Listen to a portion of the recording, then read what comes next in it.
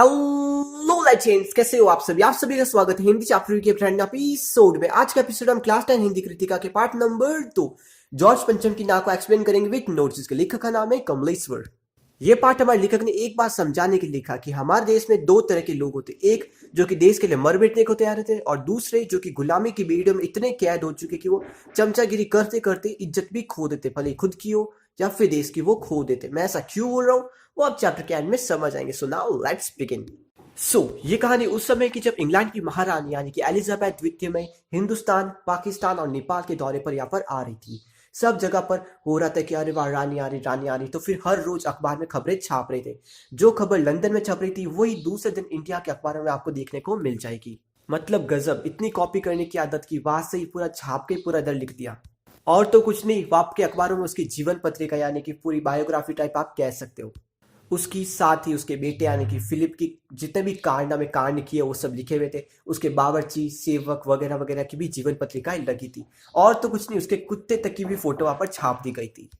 And एक दिन के अखबार में तो ये भी लिखा गया कि भाई उसका टेलर यानी कि दर्जी है वो टेंशन में है कि रानी कौन से दिन कौन से कपड़े पहनेगी। फाइनली डिसाइड हुआ कि हल्के नीले रंग के रेशम के कपड़े को पहनेगी जब वो हिंदुस्तान आएगी। एंड वो हिंदुस्तान से ही मंगवाया गया था। उसकी प्राइस थी 400 पाउंड।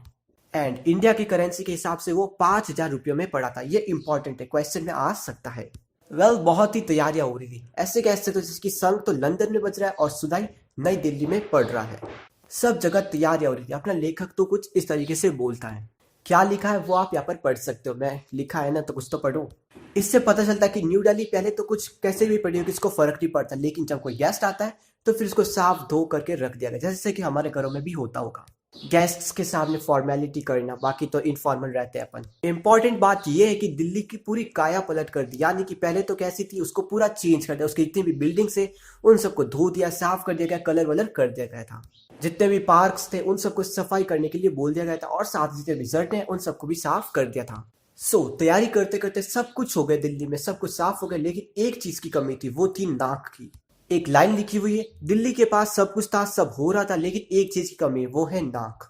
इसमें नाक दो चीजों को सिंबॉलिक करता। पहला, जॉर्ज पंचम की मूर्ति की एक नाक नहीं थी। दूसरा, दिल्ली की नाक यानी कि इज्जत रह ही नहीं गई है। वो मतलब कि दूसरे लोग, उनके लोग तुम इतना कर क्यों रहे हो भाई। एंड जॉर्ज पंचम की जो ये नाक है यानी कि मूर्ति की नाक है, उसके लिए भी बड़े ही दंगे और तहलके हुए थे। कुछ लोग तो ऐसे थे कि जो कि कहते थे कि भाई इसकी नाक तोड़ दी जाए, पूरी मूर्ति ही हटा दी जाए। कुछ लोग ऐसे थे जो कि धरने पर बैठ गए कि भाई इसकी मूर्ति नहीं टूटनी चाहिए। जब ये दंगे फसाद हो रहे थे तभी वाले की डिसीजन लिया गया कि मूर्ति की रक्षा के लिए पहरेदार लगा दिए जाएंगे। अरे भाई ये तो गुलामी के एक तरीका है कि भाई तुम गुलाम बन रहे हो। अब वो लोग देश छोड़ के जा चुके, फिर भी तुम उनकी मूर्तियों की भी रखवाली करोगे, ये कौन सी बात हुई। पर ऐसी मूर्तियां बहुत सारी जगह पर थी जहां पर पहरेदारी नहीं थी, वहां पर मूर्ति की नाक को और मूर्ति को ही तोड़ दिया गया था। उनमें से ही एक न्यू दिल्ली वाली मूर्ति थी जिसकी नाक तोड़ दी गई थी। सब टेंशन में थे कि अब रानी आएगी, देखेगी उसके पति की नाक ही नहीं, क्या हाल होगा। इस टेंशन को मद्देनजर रखते हुए देश के खैर ख्वाबों यानी कि सही सोचने वालों की एक मीटिंग बैठाई गई कि आखिर करना क्या होगा। फिर उन लोगों की मीटिंग हुई। उन लोगों ने सोचा कि अगर मूर्ति की नाक नहीं दिखी तो हमारी नाक यानी कि हमारी इज्जत तो नहीं रहेगी।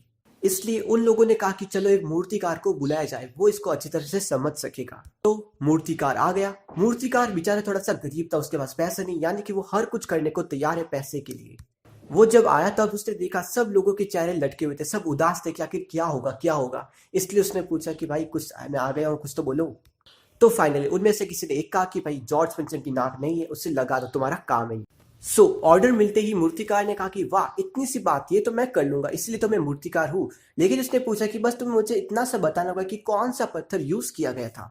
ये बात सुनते ही सब लोग एक दूसरे का मुंह देखते रह गए कि भाई कौन सा पत्थर, ये तो हमें पता ही नहीं।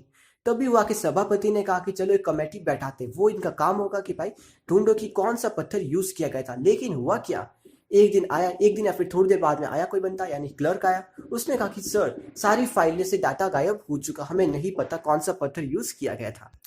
पर सभापति ने कहा कि हमारे देश में हर एक चीज मिल सकती, इस देश के गर्भ में पता नहीं क्या कुछ छुपा हुआ है। तो उसने मूर्तिकार को ऑर्डर दिया कि जाओ पूरे देश भर में घूम लो, सारे पहाड़ पर्वत वगैरह में घूम लो कि तुम्हें पत्थर जरूर मिलेगा। लेकिन हुआ क्या, वो देश में घूमने गया लेकिन तो भी उसको खाली हाथ आ गए। उसे वो सेम पत्थर देखने को नहीं मिला, इसलिए वो बहुत दुखी हो चुका था। लेकिन तो भी सभापति ने कहा कि हमारे देश में जो रहन सहन विदेशी लोगों की तरह हो चुका, यानी कि फॉरेन कंट्रीज का सब कुछ यहाँ पर मिलेगा। भले वो बैले डांस भी क्यों ना हो। तो फिर ये पत्थर आपको क्यों नहीं मिला, ये पूछ रहा था उससे। फिर मूर्तिकार ने दिमाग लगाया, उसको पैसे की बहुत जरूरत थी, यानी कि वो कुछ भी करने को तैयार था। उसने कहा कि सर, हमारे देश में इतनी सारी मूर्तियां, मैं जाकर देख के आऊंगा कि कौन सी मूर्ति की नाक हमारे जॉर्ज पंचम की मूर्ति की नाक के बराबर होगी। तो ये बात सुन के जो अपने सभापति था उसकी आंखों में चमक आ चुकी थी। उसने कहा कि जल्दी जाओ भाई। तो वो वापस पूरे देश के दौरे पे चला गया, लेकिन तो भी वहां पर उसने बहुत सारी मूर्तियां देखी जिनके नाम यहाँ पर लिखे हुए हैं। सब महान महान लोग थे, एक को छोड़कर। तो उस मूर्तिकार ने रिजल्ट क्या पाया, सबकी नाक जॉर्ज पंचम की नाक से बड़ी थी, यानी कि सबकी इज्जत उससे तो ज्यादा ही थी। वो वापस खाली आता आया। उसने कहा कि सर, कुछ नहीं मिला मुझे। फिर किसी क्लर्क ने बताया कि बिहार इंस्टीट्यूट के सामने सन 1947 में शहीद हुए बच्चों की मूर्ति है, तो उनकी नाक की साइज तो बराबर होगी।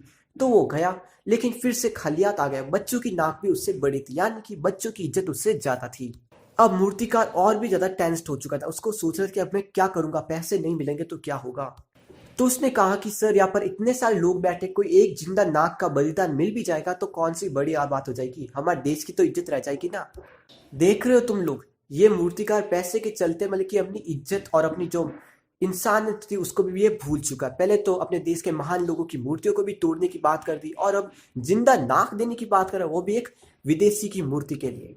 और उससे बड़ी बात तो ये सभा में बैठे सारे लोग ये इसकी बातों को सुन रहे और इसको आज्ञा भी दे दी नाक काटने की। तो फिर होना क्या था, मूर्ति को जिंदा नाक लगा दी गई। अखबार में खबर फैल चुकी थी कि भाई जिंदा नाक लग गई। सब लोग गुस्सा हो चुके थे।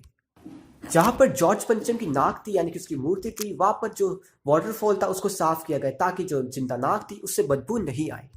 सो एज पर स्केड्यूल महारानी आई थी पालम के हवाई अड्डे पर, जो कि न्यू दिल्ली में सिचुएटेड था। वहां पर आई, लेकिन एक बात जानने लायक थी, उस दिन जितना कुछ भी हुआ उसकी कोई भी खबर अखबार में नहीं आई। यानी कि कोई भी समारोह नहीं हुआ था, कोई भी फिता नहीं कटी थी, कुछ नहीं हुआ था, यानी कि अखबार वालों ने कुछ भी नहीं छापा था। दैट मीन्स अखबार में ये बात आने के बाद कि जिंदा नाक काटी गई, उसके बाद में सब लोगों ने बॉयकॉट किया होगा। सो इसी के साथ ही चैप्टर ओवर होता है। गुड बाय लेजेंड्स, मिलते हैं अगले एपिसोड में। तब तक के लिए अगर आपको कोई डाउट हो तो कमेंट सेक्शन में जरूर पूछिएगा। Good bye.